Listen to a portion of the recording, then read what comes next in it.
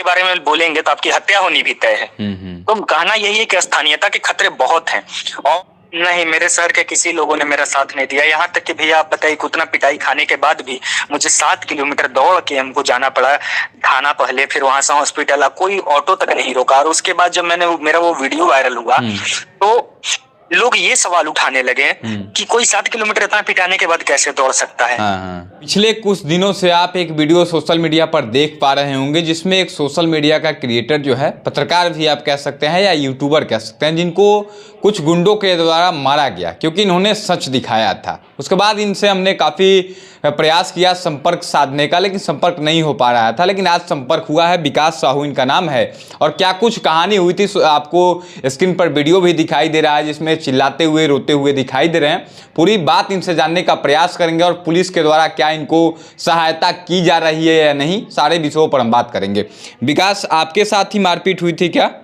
जी भैया। कहाँ के रहने वाले, पहले अपना पता बता दीजिए पूरा। गढ़वा, झारखंड।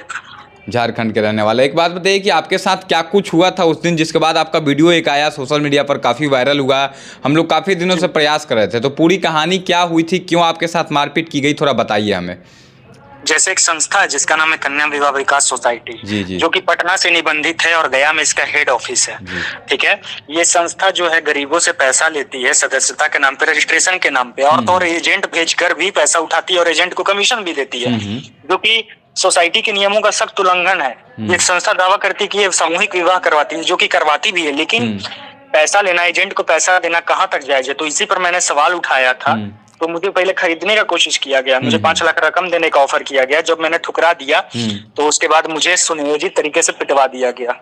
अच्छा, इस संस्था के बारे में कैसे आपको पता चला कि ये संस्था जो है लोगों से पैसे उगाही कर रही है, या फिर गलत तरीके से जो भी काम आपने कहा कि गलत तरीके से गरीबों को लूटा जा रहा है, तो कैसे जानकारी मिली थी आपको इसकी? बहुत सारी महिलाएं इसके भुक्तभोगी रही हैं, तो उन्हीं महिलाओं में से एक से मैं मिला था, जिनका नाम सरिता देवी है। उनको ये संस्था में रहना नहीं था। ठीक है। तो संस्था में रहना नहीं था, तो वो जमा की थी 20 से 22 हजार रुपए। तो संस्था पर जब भी जाती कि मुझे मेरा पैसा वापस कीजिए, अब मुझे नहीं रहना है संस्था में, तो वहां से उनको कोई आश्वासन नहीं मिलता, कोई पैसा वापस नहीं मिलने का बात किया जाता। तो फिर मैंने प्रथम उनका वीडियो वगैरह बनाया था। अच्छा, आपने जब वीडियो बनाया तो आपको तो पता होगा कि ये लोग दबंग लोग हैं, आपको मार सकते हैं, तो आपको डर नहीं लगा था उस समय कि आप जिसके खिलाफ जा रहे हैं ये बड़े लोग हैं, आपके साथ कुछ गलत कर सकते हैं?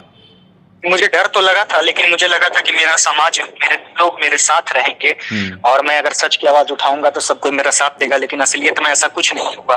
और उसी के बाद जब मुझे बुलाकर वहां पिटवाया गया, तो उसी के बाद मेरा जो अपराध जैसा वो रूप देख रहे हैं, पूरा रोष से मैं भरा हुआ हूँ, गुस्से से भरा हुआ हूँ और बोल रहा हूँ। तो मैं इसी समाज के बारे में बोल रहा हूँ कि जहाँ पर समाज चाहती है कि समाज बढ़िया रहे, समाज में लोग अच्छे से रहें, लेकिन जब वहीं पे अगर कोई समाज में दूसरा व्यक्ति पीटा जा रहा था, किसी को उससे कोई मतलब नहीं है। जो इंसान है वो पशु बनते जा रहे हैं। मान देखते हैं ना कि बकरा कटता है तो दूसरा बकरा बैठ के घास खाते रहता है, जैसे कि उसको कोई फर्क ही नहीं है, लेकिन अब उसको पता है कि उसका अगला नंबर आने वाला है। लेकिन मनुष्य उससे भिन्न है। मनुष्य एक दूसरा का समाज में जोड़ता है। मनुष्य एक सामाजिक प्राणी है। तो मनुष्यता जो इंसान का खत्म होती जा रही है, उसी पर मैंने वो बात बोला था कि कोई साथ नहीं है, कोई नहीं है मुझे मेरे साथ देने वाला। और देखिए, इस समाज में हम लोग जिसकी मदद करते हैं, ये समाज जिसका हम लोग लगातार आवाज़ उठाते हैं, कहीं कुछ होता है तो लोग हमें याद करते हैं हम लोगों को, तो हम लोग बेहिचक बिना किसी चार्ज के, बिना किसी लोभ लालच के हम लोग पहुंच जाते हैं, क्योंकि हम लोग समाज के एक जागरूक नागरिक हैं। और इसके बाद जब हम लोगों के साथ कुछ अनहोनी होता है, तो यह समाज अगर खड़ा नहीं होता है, तो मुझे लगता है कि धिक्कार है ऐसे समाज पे। और जो समाज हमारे साथ खड़ा नहीं है, उस समाज को किस हक के साथ हम लोग उसका आवाज़ उठाएंगे, और क्यों हम लोग क्यों आवाज़ उठाएंगे इन लोगों के लिए। एक बात बताइए कि आपने उम्मीद जरूर किया होगा कि आपके साथ लोग देंगे, लेकिन किसी ने आपका साथ नहीं दिया? नहीं, मेरे शहर के किसी लोगों ने मेरा साथ नहीं दिया। यहाँ तक कि भैया आप बताइए, उतना पिटाई खाने के बाद भी मुझे 7 किलोमीटर दौड़ के हमको जाना पड़ा थाना, पहले फिर वहां से हॉस्पिटल। कोई ऑटो तक नहीं रोका। और उसके बाद जब मेरा वो वीडियो वायरल हुआ, तो लोग ये सवाल उठाने लगे कि कोई 7 किलोमीटर इतना पिटाने के बाद कैसे दौड़ सकता है। कहाँ तक जायज, आप ये बताइए। आपको पता होगा कि एंडेज पर्वत में प्लेन क्रैश हुआ तो वहाँ के लोग नरभक्षी तक बन गए थे, और यहाँ तो मैं बस 7 किलोमीटर ही दौड़ के गया। अरे मरता क्या नहीं करता। मान लीजिए अपनी जान बचाने के लिए एक आदमी 7 किलोमीटर क्या, अगर 70 किलोमीटर भी भागना पड़े, क्योंकि जान जो होता है सबसे कीमती चीज होता है जीवन में, और उसके लिए इंसान 7 किलोमीटर भाग गया, तो मुझे नहीं लगता कि ये कोई क्वेश्चन मार्क है जिससे लोग सवाल आप पे उठा रहे हैं कि आपने झूठ बोला है। इसके लिए ना आवाज उठाया जा रहा होगा। जी। अच्छा, एक बात बताइए कि अब आपको क्या अभी भी आपको इस समाज से प्रेम है? क्योंकि हम लोग भी वही काम करते हैं जो आप कर रहे हैं। हम लोग भी बेहिचक, डरे बिना डरे हर किसी के खिलाफ बोलते हैं जो गलत कर रहा होता है, जो अच्छा करता है उसका हम लोग सपोर्ट करते हैं। तो क्या अभी भी आपको इस समाज से प्रेम है, या अब आप डर गए हैं और आगे आप आवाज़ नहीं उठाइएगा? हम इस बारे में भी एक बोलना चाहेंगे कि स्थानीयता के खतरे बहुत अलग होते हैं। आपको पता होगा कि आसान है प्रधानमंत्री की आलोचना करना, मुख्यमंत्री की करना उससे थोड़ी मुश्किल, विधायक की और थोड़ी मुश्किल। और लेकिन अगर ग्राम प्रधान के मामले में अगर आप कुछ बोलेंगे, सरपंच के मामले में बोलेंगे, तो आपकी पिटाई होनी तय है। उसी तरीके से आप ग्लेशियर के पिघलते बर्फ के बारे में बोल सकते हैं, हिमालय के बर्फ पिघल रहे हैं जो ग्लेशियर, उसके बारे में बोलेंगे तो थोड़ा सा खतरा है। ठीक है, पेड़ जो काटे जा रहे हैं सरकार के द्वारा, उसमें बोलेंगे तो उसमें थोड़ा खतरा और बढ़ जाएगा। लेकिन अगर आप रेत बजरी ढोने वाले ट्रैक्टरों के बारे में, जो कि आपकी नदियों से निकालते हैं, उसके बारे में बोलेंगे तो आपकी हत्या होनी भी तय है।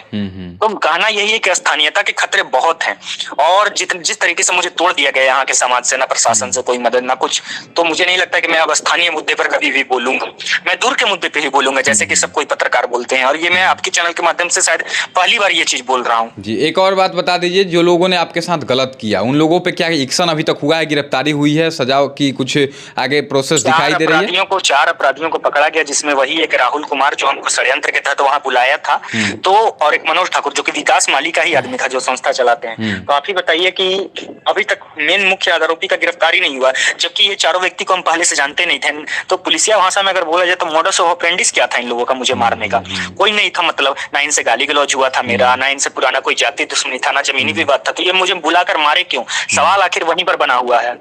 विकास, अंतिम सवाल कि आप सोशल मीडिया से कितने दिनों से जुड़े हुए हैं? सोशल मीडिया पर मैं लगातार अभी 8 साल से एक्टिव हूँ। इससे पहले मैं पूरा दुनिया घूमा था, अपने मतलब इंडिया घूमा था पूरा अपने बाइक से। अच्छा। उसके बाद हम गाना वगैरह का ये करते थे, क्या कहते हैं, डायरेक्शन करते थे, डायरेक्ट करते थे हिंदी गानों का। और उसके अलावा फिर मैं सोशल मीडिया पर एकदम पूरा जोर शोर से जो मेरा कंपनी एक्टिव हुआ था 2 साल पहले। क्या नाम है आपके आईडी का, बता दीजिए जरा।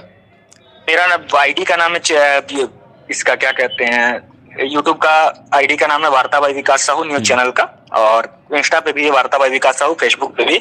और मेरा एक एड कंपनी चलता है जो कि बस गढ़वा और डाल्टनगंज के लिए है, तो उसका नाम है JH14 से आनंद, जिसको मैं जल्दी चेंज कर दूंगा। चलिए, बहुत बहुत धन्यवाद समय देने के लिए। आपकी आवाज़ को हम लोग बिल्कुल बुलंदी से उठा रहे हैं, और आपके जो भी आपको मारने वाले लोग हैं, आपके खिलाफ आवाज़ उठा रहे हैं, उन सभी पर कार्रवाई हुई। इसके लिए हम लोग लगातार पुलिस प्रशासन पर दबाव बनाएंगे। बहुत बहुत धन्यवाद। बहुत बहुत शुक्रिया आपके ऑडियंस को भी हमारा ये वीडियो देखने के लिए। बहुत बहुत धन्यवाद। तो देखिए, विकास साहू हैं, इनका एक वीडियो आपने देखा होगा सोशल मीडिया पर किस प्रकार से वायरल हो रहा था, जिसमें चिल्लाते हुए ये कह रहे थे जिस समाज के लिए हम आवाज़ उठाते हैं वही समाज आज हमारा साथ नहीं दे रहा है।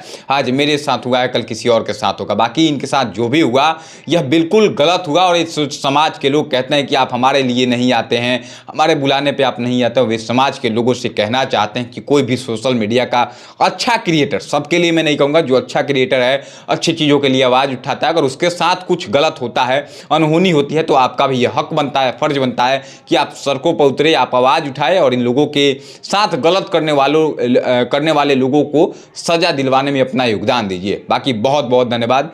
जय हिंद।